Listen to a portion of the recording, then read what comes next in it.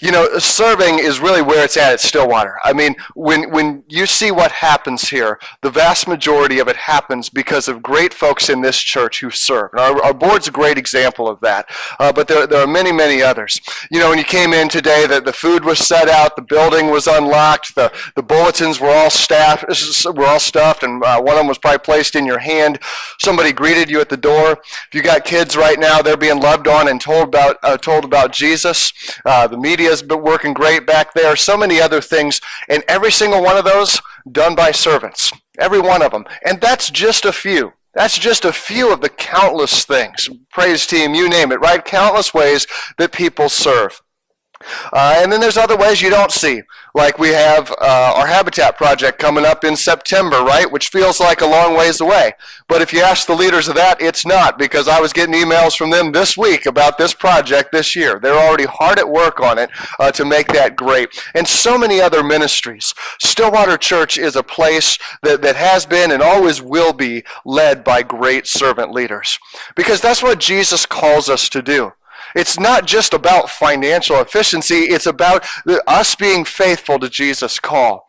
You know, I joked with a friend last week. I said, you know, they were bemoaning the fact that none of their members had hit the Powerball, right? They were kind of hoping that was going to bail their church out. Well, it didn't, as it usually doesn't, by the way. And so I said, you know what? If that would have happened here at Stillwater and somebody would have given us all that money, we would have kept a pretty similar sized staff. And the reason is because we're not a place, it's not in our DNA to be a place of paid professionals. No, we're people who get our hands dirty serving Jesus Christ. I don't care how much money we have in the bank. We would never want to rob the kingdom of God of the opportunity that you all bring to the table when you serve.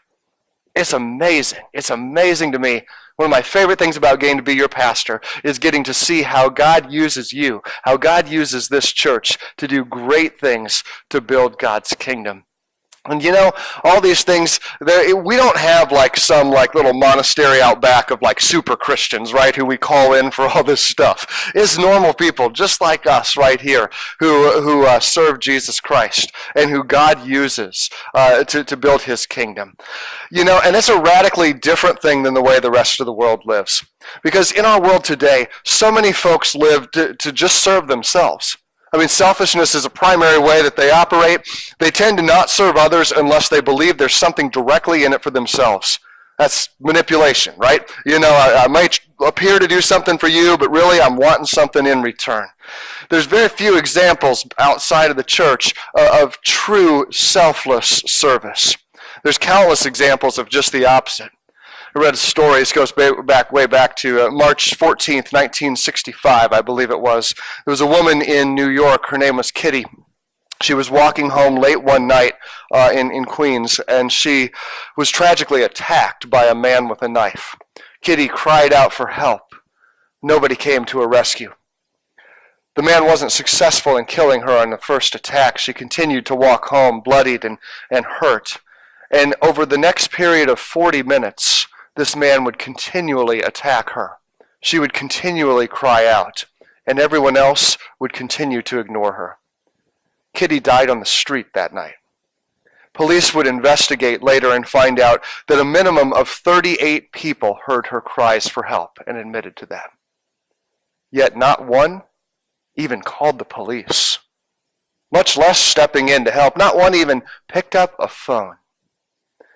We live in a world where if we don't see direct impact on us for helping others, we don't tend to get very involved. We look the other way. We got stuff to do. We got bigger priorities, or maybe we just don't care. So church, that means there's a phenomenal opportunity for us to look very different than the rest of the world around us. Because when we serve selflessly, when we give selflessly, it looks different than the rest of the world. It's an incredible contrast. And it shows that we must have something that's different than everybody else. And we know what that something is, right? It's Jesus Christ who modeled that for us. So we're going to look at a story, maybe Jesus' most famous stories, maybe his most famous story of all today.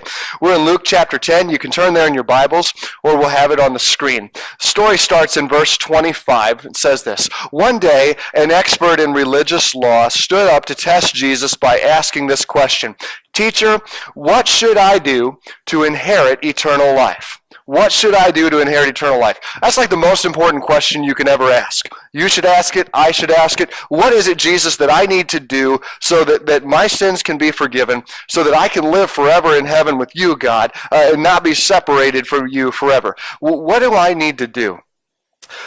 And so Jesus responds, as he usually does, with a question. He says, well, what's the law of Moses say? And notice that this guy was like a religious expert, right? He was kind of like a lawyer who studied religious law, okay? So he would know the answer to this question. I mean, this is like a total softball question that Jesus is throwing out there. It says, what's the law of Moses say? How do you read it? Verse 27, the man answered, you must love the Lord your God with all your heart, with all your soul, with all your strength, with all your mind, and love your neighbor as yourself. Okay, those are like the two fundamental commandments of the Jewish faith. Everybody, even your mildly involved Jews, they would have known that. Okay, this was an easy question. And so you know, he hits this one out of the park. Jesus says, right, do this and you will live. Okay, so it should be pretty simple, right? Simple question, simple answer, amen, sermon's over, go home early today. All right, that never happens, right? You got to know that something else has to happen in this story. So the guy asks another question. He asks a clarifying question. And it's verse 29. The man wanted to justify his actions, so he asked Jesus, and who is my neighbor? Okay, I got to love my neighbor as myself. So Jesus, who does that mean? Who are these people that I have to love as I love myself? Because that's really hard. I mean, we tend to think pretty highly of ourselves, take good care of ourselves, hopefully. Who are these other people that, as I look out today, who would be defined as my neighbors, right? Is it the people who live next door to me? Is it the people I know well? Is it everybody in my church? Who is my neighbor? The man, it says, is wanting to justify his actions. And that tells you there's a lot of people that he doesn't love in this way, right? If he loved everybody this way, he'd be like, cool, that's great, that's what I'm doing. But he wants to justify his actions because he's trying to kind of work his way into the right relationship with God. He's trying to do everything right so that this can work out. And so he's looking for kind of a guilt-free way to do this because he feels some guilt there. He knows he doesn't love everybody like this, and he wants to kind of alleviate that guilt. We like to alleviate guilt, don't we? We don't want to feel like we're missing the mark. We don't want to feel guilty in any area of life. I Googled last week guilt-free products, and you would not believe the list of them, right? We have all sorts of things we brand today as guilt-free. Like I saw these, guilt-free donuts, right? So I'm a guilt-free donut. No added sugars, baked, not fried, gluten-free. It should just say at the bottom, and I taste terrible, right? It's got to, right? We don't have any guilt-free donuts around here, right? If you're going to eat them, enjoy them, right? So, we have all these products that are supposed to help us feel better, even when we're doing the things that maybe we don't want to do. And that's what this guy's doing. He's asking, Jesus, what's the guilt-free donut version of this love my neighbor, right? What's the least that I can do and still qualify for this? It's no different today. I read a Gallup poll said that Americans were surveyed, and they asked them, do you love more than the average person? Okay, so you as a person, do you love more than the average person loves?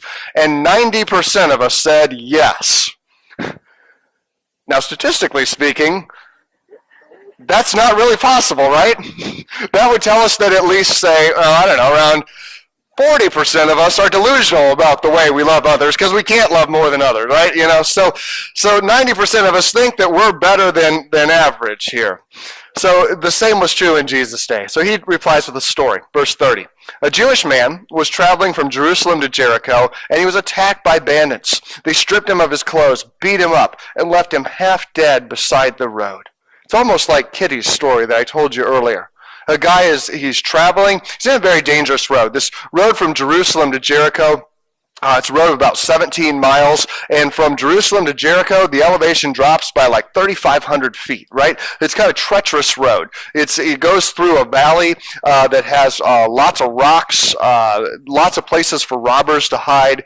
It's kind of like the ancient equivalent of walking through a really bad part of town late at night. It's not what you want to be doing by yourself. People would try to avoid traveling alone for this exact reason. So sure enough, he's traveling in a bad area. The robbers, they attack him, they beat him, they take his clothes, because clothing was very valuable in those days. It was one of the primary most expensive things you had. A lot of people would only have one, maybe two sets of clothes. So they take his clothes, and they leave him there half dead. It's not looking good. He's left literally out in the wilderness. He could die there this day. So he's in a terrible position. So let's say that a Jewish person would come along that day. What was their responsibility legally? What did the Jewish law say about this? Did you have to help? Was it optional? Well, in Leviticus chapter 19, verse 16, it says, "Do not stand by idly while your neighbor's life is threatened. I am the Lord." Okay, so this guy's life is clearly threatened. So by law, not just by choice or by, oh, it's a good idea or a nice thing to do, but by law, any Jew walking by that day would have to help this guy out. No questions asked. In fact, later Jewish rabbis would write about this, and they would say that if one Israelite if one person were to destroy the life of a single Israelite, it was regarded as though he destroyed the entire world. And if one person would save a single Israelite, it was though he had saved the entire world. It's basically a look out for your fellow countrymen kind of law, right? And so this is what they were expected to do. So the story continues, verse 30. By chance, a priest came along, but when he saw the man lying there, he crossed to the other side of the road and passed him by. A temple assistant walked over and looked at him lying there, but he also passed on the other side. Now, people here in the story would say, oh man, those guys should be fired right there. I mean, if anybody should have helped, right, it's everybody's responsibility by law, and now you have a priest and basically a JV, a junior varsity priest, right? And you'd think, here's who should be helping us out. I mean, if you're this guy, you're lying half dead, and you open your eye just a little bit, and you see a priest on his way, you say, thank God. It's almost like, if you were broken down beside the road and it's cold outside and all this stuff, and a police car comes up. You say, oh, thank God, somebody's here to help. And basically, this isn't what happens, though. The priest and the Levite, they don't help. In fact, they walk to the other side. It's like the policeman looks at you, makes eye contact, reaches down, grabs a donut, and drives the other side of the road and drives around. You're like, you got to be kidding me. You're here to serve and protect, and you're doing just the opposite. Here, the Israelites, the priests and the Levite, they fail in their responsibilities. They fail to do what they were supposed to do. Why didn't they help? Well, scholars make all kinds of excuses. Maybe they were late. Maybe they had some temple business to get about.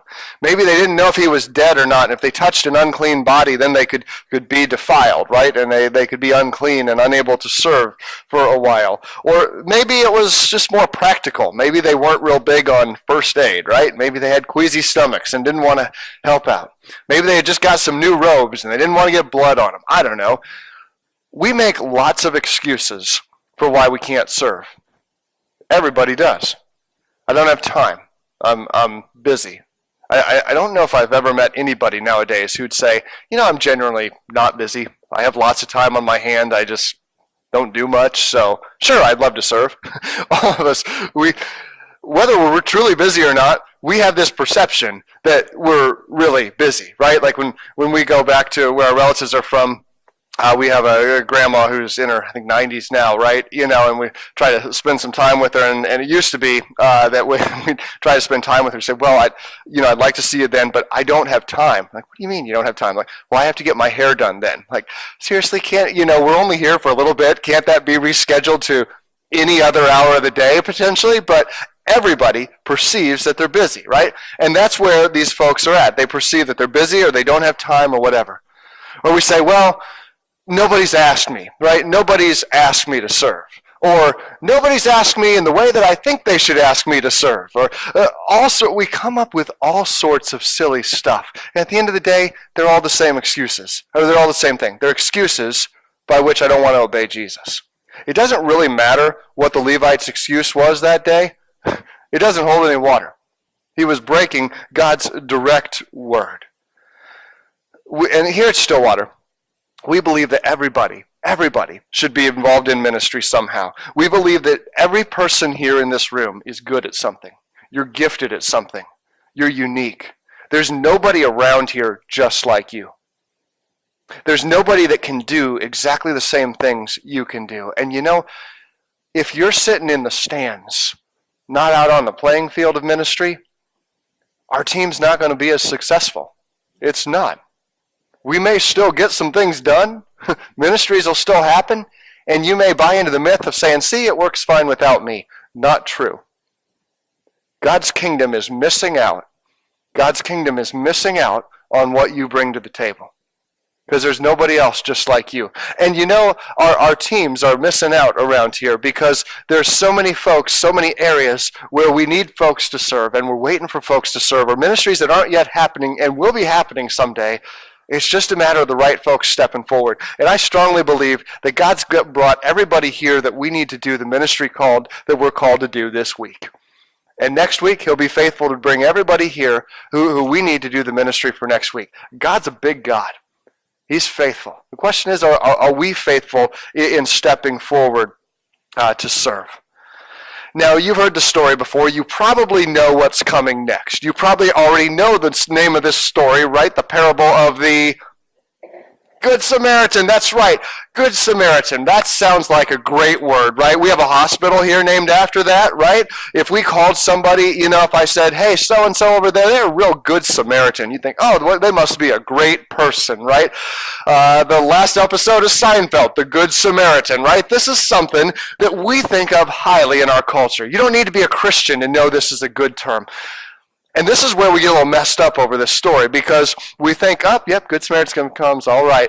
Well, in Jesus' day, if you're a Jew, there is no such thing as a Good Samaritan.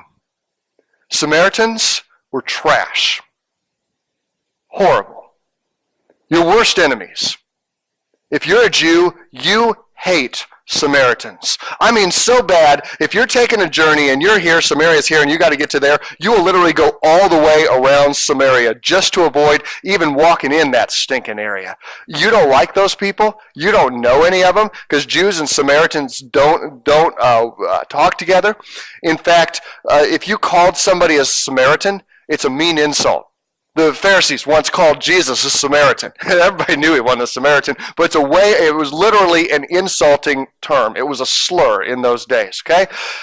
So there's no such thing as a Good Samaritan. We got to get our minds wrapped around that. When we hear this story, that the original listeners to this story, when they heard the word Samaritan, would think all those evil, nasty thoughts. And Jesus even says, verse 33, then a despised Samaritan, not a good Samaritan, a despised Samaritan came along. And when everybody hears that, they think, oh boy, you thought the priests were bad, right? The Samaritan's come along and he's going to rub salt in the guy's wounds. Or he's going to kick him while he's down. Or he's going to kill him, right? That's what you'd expect from a Samaritan. If the priests won't hurt, it's kind of like saying there was an American beaten up on the side of the road. The police came, they passed him by, they didn't care. And next came along a terrorist who was affiliated with ISIS. Say, oh boy, your hope's not getting any better today, is it, buddy? At least the police left you alone, right? So that's the expectation. The Samaritan is going to mess it up, but that's not what happens. What happens? He felt compassion for him. What? No way, Jesus. No way. Do you actually know any Samaritans? Are you really that ignorant? Because that's not possible.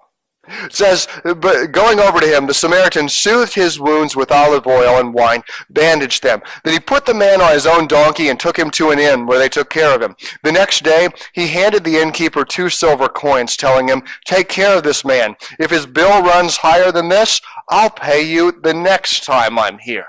Now this is ludicrous, okay? 2 silver coins, that was not a one-night stay fee. Scholars tell us that was up to 60 days worth of lodging.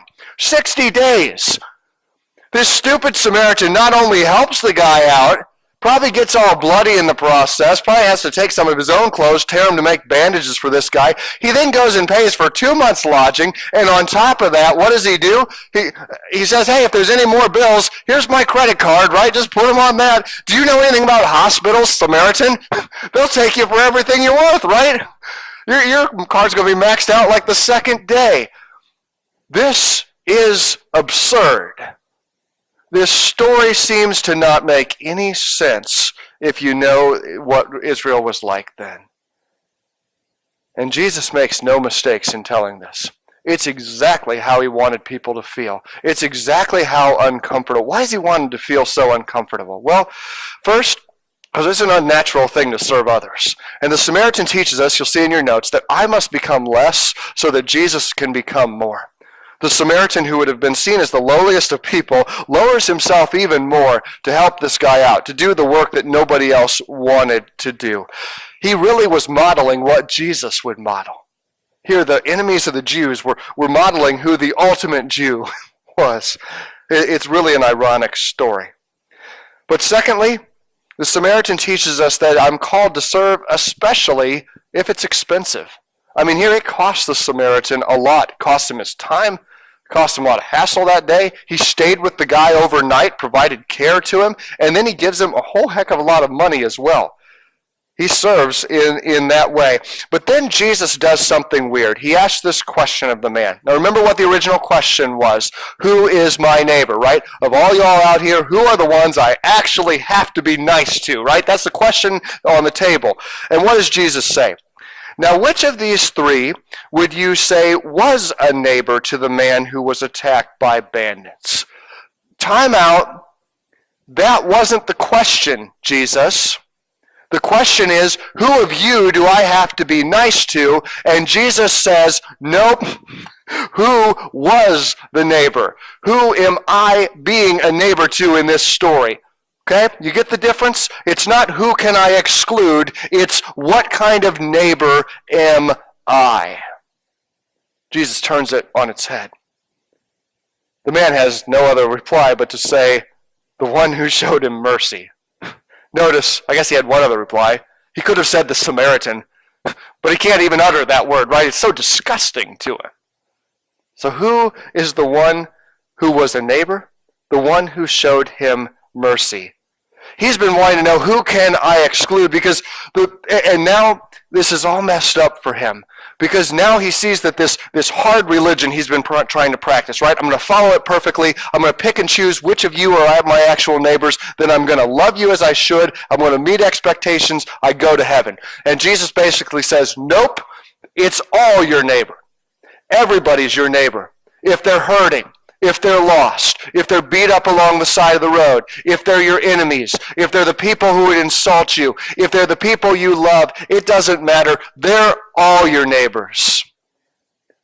So what kind of neighbor are you? The man got a whole lot more than he bargained for.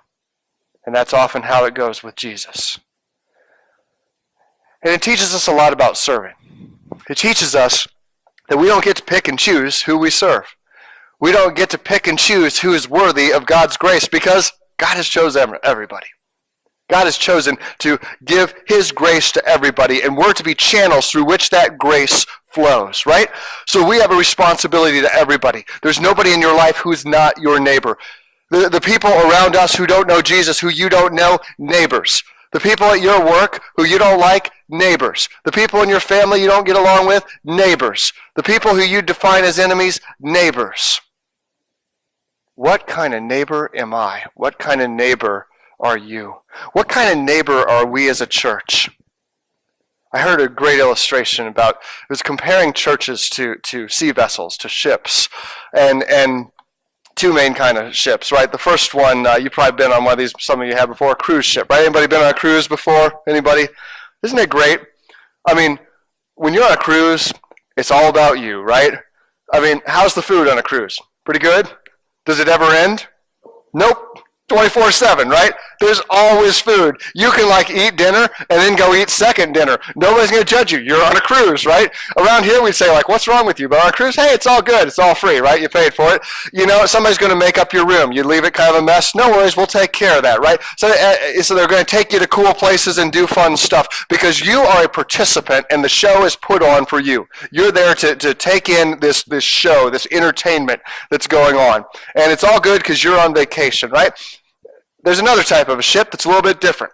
This ship is a battleship. It has a very different mission than a cruise ship. Your entertainment is not important on this ship. They'll tell you that very quickly. If you don't like the food, who cares? If it's not time to eat, you're not eating. If you feel like laying by the pool, tough cookies. The only pool's all around you, right? You're not really going to lay around that one.